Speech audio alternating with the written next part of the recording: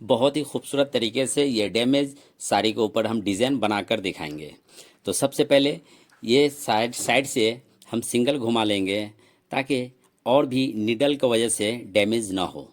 तो साइड से सिंगल घुमा लेंगे, उसके बाद बगैर किसी कपड़े डाले हुए हम डायरेक्टली इसके ऊपर वर्क बनाएंगे। तो सिंगल से सबसे पहले फ्लप करेंगे, उसके बाद डिज़ाइन बहुत ही बेहतरीन और ख़ूबसूरत हम बनाकर दिखाएंगे एक मैंगो शेप में, क्योंकि ये डिज़ाइन बहुत ही खूबसूरत होने वाला है।